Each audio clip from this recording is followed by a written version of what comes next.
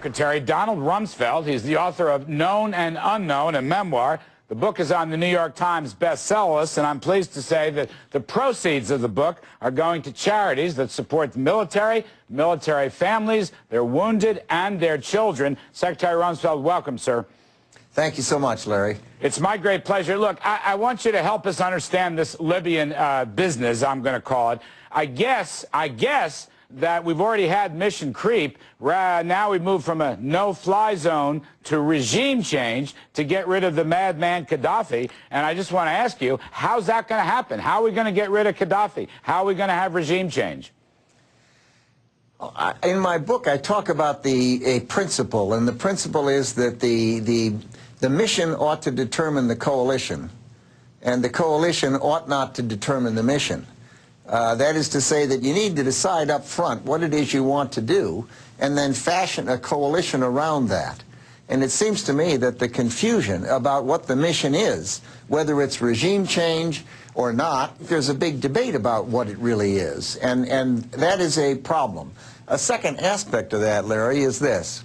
Put yourself in the shoes of someone in the Gaddafi regime, a military leader, a soldier, an ambassador, and you're debating what you should do, and you see that there's ambivalence and confusion about what the mission is, whether or not Gaddafi might remain.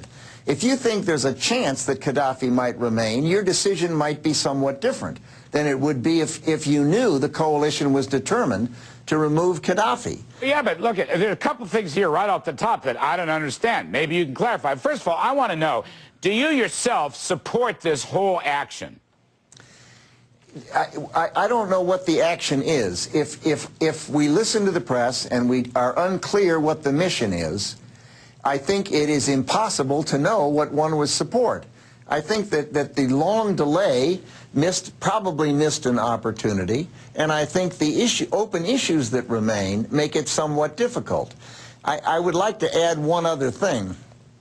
It seems to me that we ought to keep in mind that anything that we do with respect to Libya, we ought to have in mind what the implications might be for the really important aspects of the circumstance in the Middle East, and that is Egypt and Saudi Arabia and the Gulf states. Okay, I hear you on that, but look and here's my other point.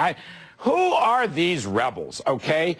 Eastern Libya was once upon a time, as you know much better than I do, an al-Qaeda training ground. Do we know these are truly pro-democracy rebels, or as George Will says, this is just a tribal civil war going on here, that we don't really have any skin in that game?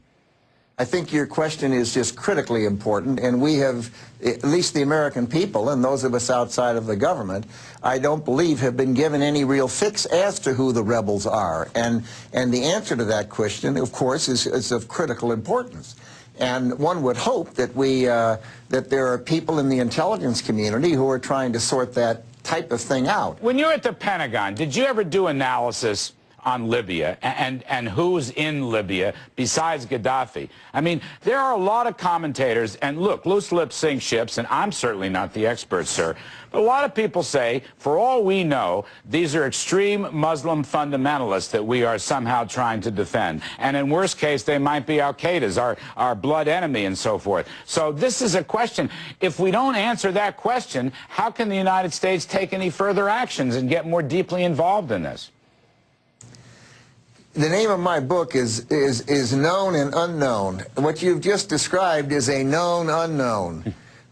I don't know the answers to those questions, and I think that that's part of the question. The other part of the question is which of the various elements that exist in that country would be likely to prevail in the event that Gaddafi were out. Can you imagine any outcome where the United States puts troops on the ground, boots on the ground?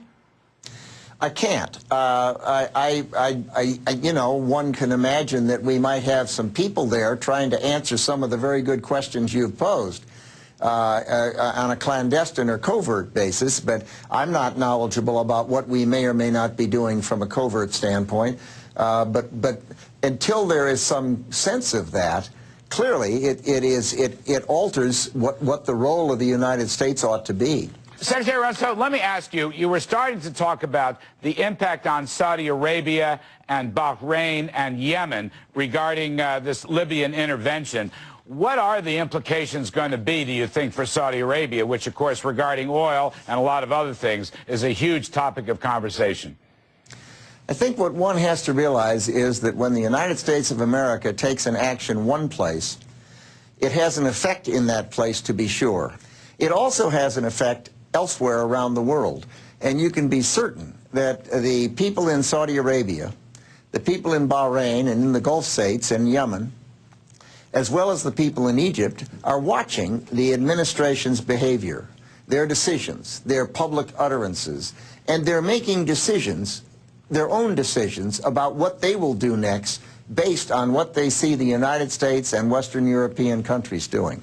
Is there any chance, in your judgment, that the Saudi government would be toppled? I think that what one would hope is that those countries, in all countries in the world, would recognize that moving towards freer political systems and freer economic systems is in everybody's interest. It is in the interests of the regimes because it creates more opportunities for their people. And it's in the interest of the people because all one has to do is look around the world and see that a free economic system is the system, the kind of a system where people have the opportunities to seek greater prosperity and improvements in their lives. The countries that have command systems, the countries that have repressive political systems, are not the countries doing well. It's the other countries. Last one, Ms. Secretary, look, regarding your book. I think the guy that Americans still hate is Osama bin Laden. I don't know about Gaddafi, but I know they hate Osama bin Laden. And I want to get your reaction.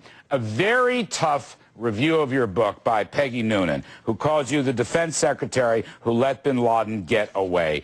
What is your response to Peggy's tough stuff in reviewing your book and the fact that bin Laden is, unfortunately, still out there? Well, it's totally inaccurate. Bin Laden was probably certainly in Afghanistan, probably in the Tora Bora area for a period. We were bombing the Tora Bora area continuously to great extent. We had people on the ground Special Forces operations people that were working with the so-called Eastern Alliance, and they were working to seek out and find Al-Qaeda. They found a lot, they captured a lot, they killed a lot. Osama bin Laden was not among them. I was never once asked for any troops to go in and do anything in addition to beyond what we did, either up the CIA chain of command or up the Central Command through General Franks. And all of this speculation about the fact that people think they knew where he was and that he maybe got away and maybe someone could have done something about it, it is a reflection of someone writing about something about which they really have no knowledge. All right, Mr. Secretary, I'm going to leave it there. I still think America is greatly disappointed. I know I personally am that somehow Osama bin Laden is on the loose, but we'll have to leave it there, sir. We appreciate your time very much.